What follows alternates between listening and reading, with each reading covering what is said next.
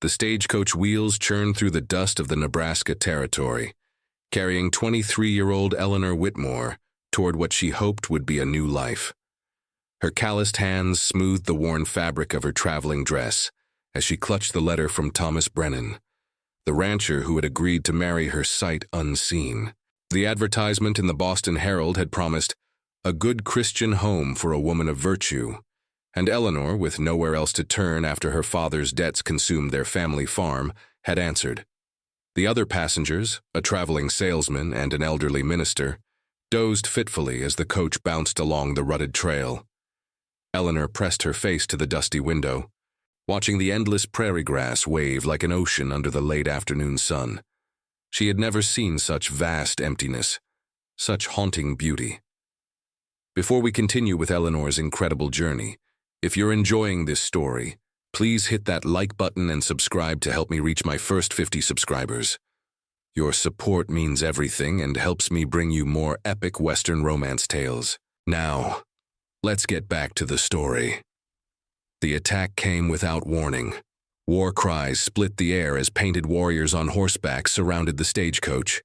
Eleanor's heart hammered against her ribs as the driver shouted commands to his horses, trying desperately to outrun their pursuers. The salesman fumbled for a pistol while the minister clutched his Bible, muttering prayers. An arrow thudded into the coach door inches from Eleanor's head. She screamed as the vehicle tilted dangerously, then crashed onto its side in a cloud of dust and splintering wood. Through the chaos, strong hands pulled her from the wreckage. The last thing she saw before darkness claimed her was a pair of intense dark eyes in a face painted with sacred symbols. When Eleanor awakened, she lay on soft buffalo robes inside a teepee. Sunlight filtered through the hide walls, creating patterns that danced across her vision. Her head throbbed, and her traveling dress was torn, but she appeared unharmed. As her eyes adjusted, she became aware of a figure sitting cross-legged nearby. He was younger than she had expected, perhaps in his late 20s, with long black hair adorned with eagle feathers. His chest was bare except for a bone breastplate, and intricate tattoos covered his muscled arms. Unlike the savage she had been taught to fear, his face held intelligence and something else, curiosity. "You are awake," he said in accented but clear English, surprising her. "I am Running Wolf of the Lakota. You are now under my protection." Eleanor struggled to sit up, her voice barely a whisper. "The others, are they?" The men fought bravely. They have joined their ancestors. His tone was matter-of-fact, but not unkind. "You were spared for a reason the spirits have not yet revealed." Terror and grief warred in Eleanor's chest. She was alone, captured by the very people she had been taught to fear. Yet something in Running Wolf's manner suggested she was not in immediate danger. What will happen to me?" "That remains to be seen. You will stay with my grandmother, White Moon Woman. She will teach you our ways while the council decides your fate." Over the following days, Eleanor discovered that everything she had been told about the Lakota was either incomplete or entirely wrong. Far from being mindless savages, they were a sophisticated people with complex social structures, spiritual beliefs, and a deep connection to the land that humbled her. White Moon Woman, a dignified elderly woman with silver-streaked braids, became Eleanor's gentle guardian. Though they shared no common language at first, the old woman's kindness transcended words. She provided Eleanor with soft doe-skin clothing to replace her torn dress, and showed her how to gather medicinal plants, prepare food, and work with beadwork. Running Wolf visited daily, bringing Eleanor books from the wreckage of the stagecoach and teaching her Lakota words while she helped him improve his English. She learned that he had been educated at a mission school as a boy before returning to his people, torn between two worlds. "Why did you save me?" Eleanor asked one evening as they sat by the fire outside his grandmother's teepee. The camp bustled with activity as families prepared their evening meals. Running Wolf was quiet for a long moment, staring into the flames. "I had a vision the night before we found your coach. The spirits showed me a woman with hair like autumn leaves, who would bring change to our people. When I saw you..." He looked at her, his dark eyes intense in the firelight. "I knew you were the one." Eleanor's hand instinctively went to her auburn hair, now braided in the Lakota fashion. Change? What kind of change? The world is shifting. Eleanor, who comes from the east. The white settlers grow more numerous each season. Some of my people believe we must fight until every last one is driven away. Others think we should try to live in peace. I have seen both worlds, and I know that survival requires wisdom, not just courage. As weeks passed, Eleanor found herself drawn into the daily rhythms of Lakota life. She learned to tan hides, weave grass into baskets, and identify which plants could heal and which could harm. The children, initially shy, began to include her in their games, giggling at her pronunciation of their names. But it was her growing friendship with Running Wolf that truly transformed her. He was nothing like Thomas Brennan's letters, which had spoken only of practical matters, livestock, weather, and the need for a woman to cook and bear children. Running Wolf spoke of dreams and visions, of the interconnectedness of all living things, and of his people's history stretching back generations. You speak of your God as if he lives only in buildings, Running Wolf said one afternoon as they walked along the river that ran near the camp. But how can the Creator be contained in walls when his presence fills every stone, every tree, every breath of wind? Eleanor had never considered her faith from this perspective. I was taught that God's house was the church, that we must go there to be close to him. Then your teachers knew only a small part of the truth. Running Wolf knelt by the water's edge, cupping the clear stream in his hands. The Creator speaks to us through everything. The cry of the hawk, the rhythm of our heartbeat, the change of seasons. We are never separate from the sacred. If you're loving this tale so far, don't forget to like this video and subscribe. I'm working hard to reach 50 subscribers, and every single one of you makes a difference. Help me grow this channel. Now back to Eleanor. These conversations challenged everything Eleanor thought she knew about civilization and savagery. She began to see that the Lakota were not primitive but simply different, with their own rich culture and profound wisdom. More troubling was the realization that she was falling in love with Running Wolf, despite everything that should have made it impossible. The crisis came when a cavalry patrol arrived at the camp under a flag of truce. Captain James Morrison, a weathered officer with cold blue eyes, had come searching for Eleanor. "Miss Whitmore, I presume," he said, dismounting from his horse as the entire village gathered to watch. "I'm here to take you home." Eleanor stood frozen as Running Wolf stepped protectively beside her. She had learned enough Lakota to understand the worried murmurs of the people around them. Many had never trusted her presence, fearing she would bring soldiers to their camp. "I appreciate your concern, Captain," Eleanor replied carefully, "but I am well cared for here." Morrison's eyebrows rose in surprise. "Miss, these are hostile Indians who attacked your stagecoach and killed innocent people. You've been their prisoner for over 2 months. We're here to rescue you." "They are not hostile," Eleanor said, surprising herself with the firmness in her voice. "They took me in and protected me. I owe them my life." The captain's expression hardened. "Ma'am, I don't know what they've done to confuse you, but you're coming with us. That's an order." "You have no authority over me, Captain. I am not a soldier under your command."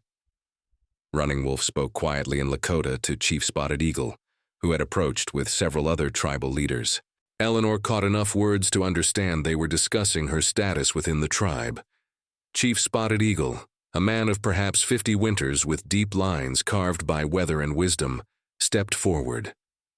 "Captain Morrison," he said in careful English, "this woman has been adopted into our nation. She is Lakota now. You have no claim on her." "The hell I don't." Morrison's hand moved to his weapon, causing several warriors to reach for their own. "She's a white woman, and I'm taking her back to civilization where she belongs." "And if she chooses to stay?" Running Wolf asked, his voice deadly quiet. The tension crackled like lightning before a storm. Eleanor realized that her decision would affect not just her own fate, but possibly spark a conflict between two peoples already balanced on the edge of war. "Captain Morrison," she said, stepping between the two groups, "I need time to consider." "Ma'am, there's nothing to consider. You're coming with us now. If you try to take me by force, you'll have to fight the entire village. Is my rescue worth starting a war? Morrison studied her face, perhaps seeing something there that made him reconsider. You have until dawn to come to your senses. After that, we're taking you regardless. That night, Eleanor lay sleepless in White Moon Woman's teepee, wrestling with an impossible choice. Return to the world she had known, marry a man she had never met, and live a conventional life, or stay with the Lakota and face an uncertain future as an outsider in both worlds. Running Wolf appeared at the teepee entrance as the moon reached its zenith. "Walk with me," he said softly. They made their way to a hill overlooking the camp, where the scattered fires looked like fallen stars against the prairie darkness. Below them, the river murmured its ancient song. "I cannot ask you to stay," Running Wolf said finally. "The path ahead for my people is dark. The soldiers grow stronger while we grow fewer. You have a chance for safety with your own kind." "Safety," Eleanor repeated bitterly. "I had safety in Boston, living in my father's house until his debts made us destitute. I had the promise of safety with Thomas Brennan, cooking his meals and bearing his children without love. What kind of safety is that? At least you would live." Eleanor turned to face him, memorizing the strong lines of his face in the moonlight. "Would I? I was dying slowly before I came here, Running Wolf, dying of loneliness and purposelessness. These past months with your people have shown me what it means to truly live. The cavalry captain is right about one thing. War is coming. I have seen it in my visions. Blood will soak the earth before this ends. Then we face it together." Eleanor reached for his hand, feeling the calluses earned from a lifetime of hunting and warfare. "I love you, Running Wolf. I love your strength and your wisdom and your kindness. I love the way you see the sacred in everything. I cannot go back to the half-life I was living before." Running Wolf's fingers tightened around hers. "And I love you, Eleanor, who comes from the east. You have brought light to the darkness in my heart, but love alone may not be enough for what lies ahead." "Then we'll have to make it enough." At dawn, Captain Morrison and his men waited at the edge of camp, as Eleanor walked toward them in her doeskin dress, her auburn hair braided with eagle feathers. Running Wolf walked beside her, along with Chief Spotted Eagle and several other tribal leaders. "Miss Whitmore," Morrison said, his relief evident, "I'm glad you've come to your senses." "I have, Captain." Eleanor stopped just out of reach of his horse. "I've decided to stay with my husband." Morrison's face went red. "Your what?" Running Wolf stepped forward, speaking in Lakota to the assembled tribe. Eleanor caught the words for marriage ceremony and spiritual union. The people began to murmur excitedly as White Moon Woman emerged from the crowd carrying a beautiful beaded dress. "Last night, Eleanor Whitmore became my wife according to Lakota law," Running Wolf announced in English. "She is now Morning Star Woman, daughter of this tribe, under our protection." "That's preposterous," Morrison sputtered. "A savage marriage has no legal standing." "It has the only standing that matters," Chief Spotted Eagle replied with dignity. "The blessing of the Creator and the acceptance of our people." Eleanor felt a strange peace settle over her as she realized she had made her choice. She would not return to Thomas Brennan or the stifling conventions of her old life. She had found something infinitely more precious, a love that saw no barriers of race or culture, only two souls recognizing their kinship. "You're making a mistake," Morrison warned as his men shifted restlessly behind him. "When the government decides to move these Indians to reservations, you'll be moved with them." "If that is my husband's fate, then it is mine as well," Eleanor replied with quiet strength. The captain stared at her for a long moment, perhaps recognizing something unbreakable in her resolve. Finally, he wheeled his horse around. "So be it, but don't come crying to us when you realize what you've thrown away." As the soldiers rode away in a cloud of dust, the Lakota people surrounded Eleanor and Running Wolf with joyous celebration. Children scattered flower petals while the women sang traditional songs of marriage and new beginnings. White Moon Woman helped Eleanor into the ceremonial dress, its intricate beadwork telling the story of a woman's journey from one world to another. As Running Wolf took her hand before the assembled tribe, Eleanor felt as though she had finally found her true home. The months that followed brought both joy and hardship. Eleanor threw herself into learning everything she could about Lakota culture, becoming skilled in traditional crafts and earning the respect of the tribal women. She and Running Wolf built a life together that blended their two worlds, sharing stories of their different childhoods while creating new traditions of their own. When winter came, Eleanor experienced the harsh realities of nomadic life. The buffalo were becoming scarce, and government agents pressured the tribe to move to designated reservations. Food was often short, and the bitter cold tested everyone's endurance. But Eleanor also discovered strengths she never knew she possessed. She learned to read the sky for weather signs, to preserve meat for the lean months, and to find medicinal plants even in the depths of winter. More importantly, she became a bridge between her husband's people and the white settlers they occasionally encountered, her presence helping to ease tensions that might otherwise have led to violence. In the spring, Eleanor realized she was carrying Running Wolf's child. The news filled the camp with celebration, as children were considered sacred gifts. White Moon Woman took special pride in preparing for her great-grandchild, creating a beautiful cradle board decorated with protective symbols. "Our child will walk between worlds," Running Wolf said one evening as they sat by their fire, his hand resting on Eleanor's growing belly. "Neither fully white nor fully Lakota, but something new." "Like us," Eleanor replied, covering his hand with her own. "Perhaps that's what the world needs, people who can build bridges instead of walls." As summer arrived, so did disturbing news. Gold had been discovered in the Black Hills, sacred land promised to the Lakota by treaty.